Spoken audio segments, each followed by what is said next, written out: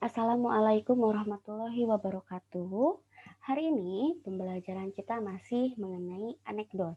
Namun, pembahasan yang akan kita bahas ialah struktur dan aspek kebahasaan teks anekdot. Kalau minggu sebelumnya kita sudah belajar mengenai apa itu anekdot, ciri-cirinya, tujuannya, gitu ya. Sekarang adalah struktur dan aspek kebahasaan.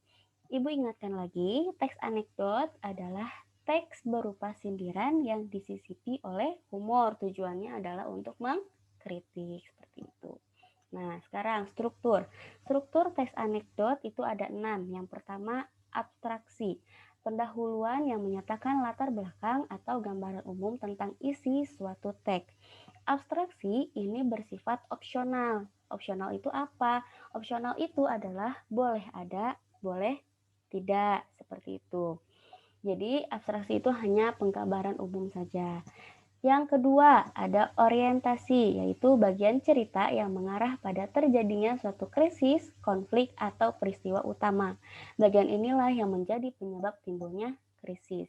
Nah, jadi orientasi itu adalah penjelasan permasalahan. Jadi kan kita juga nggak mungkin ya kita tiba-tiba mengkritik tanpa tahu permasalahannya apa. Nah, jadi letak permasalahan awalnya itu apa yang dimasalahkan itu ada di orientasi.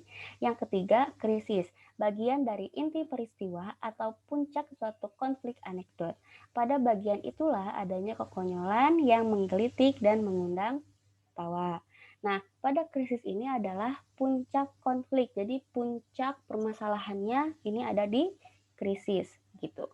Yang keempat, reaksi. Tanggapan atau respons atas krisis yang dinyatakan sebelumnya. Reaksi yang dimaksud dapat berupa sikap menyindir atau menertawakan. Bagian ini biasanya ditandai oleh reaksi kecewa, marah, tersindir, terkaget, kesal, dan lain-lain. Jadi dalam reaksi ini adalah sebuah respon dari puncak permasalahan tadi gitu ya. Yang kelima, koda. Koda adalah penutup atau simpulan sebagai petanda berakhirnya cerita. Bagian ini biasanya ditandai oleh kata-kata seperti itulah, akhirnya, demikianlah, dan lain-lain. Koda pun sama seperti abstraksi, dia bersifat opsional, jadi boleh ada atau tidak. Berikut contohnya. Nah, di sini ada topiknya kasih sayang pada orang tua katanya gitu. Nah, abstraksinya tadi penjelasan yang Ibu berikan adalah penggambaran umum atau latar belakangnya gitu ya. Di sini hanya peristiwa ini mungkin terjadi di banyak keluarga ketika seorang anak tidak lagi memperhatikan orang tuanya. Ini hanya gambaran umumnya saja nih. Orientasinya atau masalah awalnya apa? Yaitu seorang kakek yang tinggal bersama anak, menantu, dan cucu-cucunya. Nah, kalau makan, sang kakek sering berantakan. Ini harus diingat-ingat ya. Permasalahan intinya itu adalah kalau makan, sang kakek sering berantakan. Krisisnya atau puncaknya, kakek itu diberi meja kecil terpisah. Nah, karena makannya sering berantakan, sehingga kakek itu diberi meja kecil terpisah. Sang cucu membuat replika meja yang terpisah. Katanya, kelak ia pun akan membuatkan meja terpisah juga untuk ayah dan ibunya. Nah, jadi kritik ini nih, krisis puncak ini, itu bertujuan untuk menyindir ibunya karena dia bersikap seperti itu kepada kakeknya gitu. Nah, reaksinya ayahnya terdiam karena tersindir. Nah, reaksinya berarti kalau di sini dia ditandai oleh ayahnya. Nih reaksinya ya, responnya dia terdiam sama dia tersindir seperti itu. Kodanya tadi simpulan atau simpulan suatu berakhirnya cerita. Sang ayah berjanji untuk memperhatikan sang kakek meskipun sering menyusahkannya seperti itu. Contoh yang kedua, judul kisah pengadilan tindak pidana korupsi. Ini abstraknya tidak ada. Ya, karena tadi abstrak itu bersifat opsional, boleh ada, boleh tidak. Orientasinya, pada puncak pengadilan korupsi politik, jaksa penuntut umum menyerang aksi. Nah, ini permasalahannya lagi ada di pengadilan korupsi politik, terus jaksa menuntut umum menyerang saksi, jadi menyerang saksi. krisisnya, puncaknya. Apakah benar, teriak jaksa, bahwa Anda menerima $5.000 untuk berkompromi dalam kasus ini? Saksi menatap keluar jendela seolah-olah tidak mendengar pertanyaan. Terus, bukankah benar bahwa Anda menerima $5.000 untuk berkompromi dalam kasus ini? Ulang pengacara. Saksi masih tidak menanggapi. Akhirnya hakim berkata, "Pak, tolong jawab pertanyaan jaksa," katanya gitu. Nah, reaksi dari konfliknya. "Oh, maaf," saksi terkejut sambil berkata kepada hakim, "saya pikir dia tadi berbicara dengan Anda," gitu. Nah, jadi di sini reaksinya itu adalah terkejut, gitu ya. Terkejut reaksinya. Nah, sebenarnya untuk yang contoh ini dia mengkritiknya itu bahwa sebetulnya ada sangkut paut dengan hakim gitu ya. Jadi sebetulnya hakim yang menerima uang $5.000 itu. Makanya reaksinya, "Oh maaf," saksi terkejut sambil berkata kepada hakim, "saya pikir dia tadi berbicara dengan Anda," seperti itu. Nah, kodanya juga tidak ada. Karena tidak apa-apa, karena kode itu bersifat opsional seperti itu. Selanjutnya, ada aspek kebahasaan. Ada 5 juga. Yang pertama, kalimat retoris. Kalimat retoris merupakan kalimat tanya yang tidak memerlukan jawaban. Jawaban dari pertanyaan yang diajukan secara umum sudah pasti dan tidak perlu ditanyakan lagi. Contohnya, retoris itu adalah sebetulnya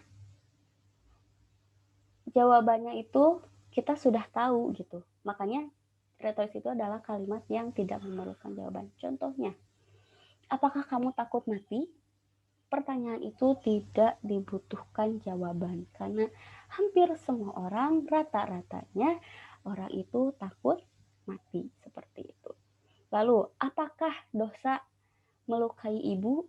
Itu pun tidak perlu jawaban karena kita tahu itu adalah sebuah dosa. Jadi retoris itu adalah kalimat tanya yang tidak memerlukan jawaban karena sebetulnya jawabannya kita sudah tahu nih tanpa harus dijawab seperti itu. Yang kedua, konjungsi waktu atau temporal. Konjungsi ini berfungsi sebagai alat untuk membuat jalinan antar kalimat menjadi padu. Kata yang biasa digunakan ada lalu, kemudian, sebelumnya, selanjutnya, sejak, hingga, ketika, dan masih ada lagi sebetulnya. Tapi ditandai dengan ini. Yang ketiga, kata kerja aksi. Kata kerja yang menyatakan subjek sedang melakukan pekerjaan atau tindakan. Biasanya menggunakan imbuhan menasal dan ber. Ya, biasanya nih menggunakan imbuhan menasal dan ber. Keempat, kalimat perintah atau imperatif. Kalimat yang berisi suatu hal dengan tujuan agar orang yang diperintah dapat melaksanakan perintah tersebut dan ditandai dengan tanda seru di akhir kalimat. Yang terakhir, kalimat seru atau interjeksi. Kalimat yang digunakan untuk menggambarkan perasaan yang ada di dalam diri seseorang, seperti marah, sedih, gembira. Kalimat seru biasanya digunakan dalam bentuk percakapan. Contohnya, kalimat retoris. Bukankah membohongi orang tua adalah dosa besar? Itu tidak perlu ada jawabannya, karena kita tahu itu adalah dosa. Gitu ya. Satu, bukankah kamu memiliki kaki yang seharusnya digunakan untuk berjalan? Itu pun tidak perlu diberi jawaban seperti itu. Lalu, kata kerja aksi tadi ya, yang dilakukan atau ada perbuatan fisiknya. Zia sedang menganalisis bunga di halaman rumah. Kia membuat roti dengan resep sendiri. Dia menjahit masker untuk dijual. Itu ada tindakan dari fisiknya. Ya, kalau sedang menganalisis itu berarti ada dari mata, ada dari tangan gitu. Kalau membuat dan menjahit itu ada dari tangan gitu ya. Gitu. Lalu konjungsi waktu atau temporal. Rizky mengambil buku di kamar kakaknya lalu membacanya seperti itu. Pak Guru memberikan materi tentang ilmu pengetahuan sosial, kemudian Pak Guru memberikan tugas kepada para murid, nah, dan seterusnya. Lalu yang keempat, ada kalimat perintah atau imperatif tadi ya.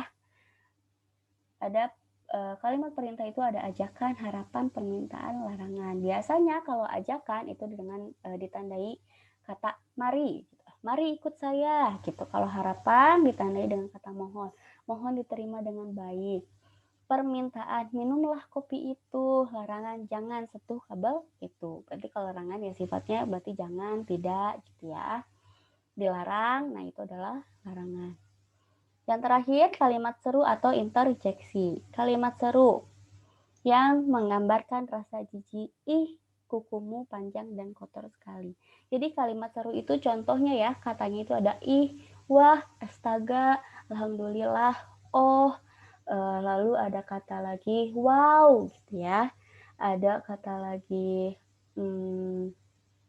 syukurlah gitu. Itu adalah kalimat seru atau bisa dibilang juga kalimat yang mengekspresikan gitu ya.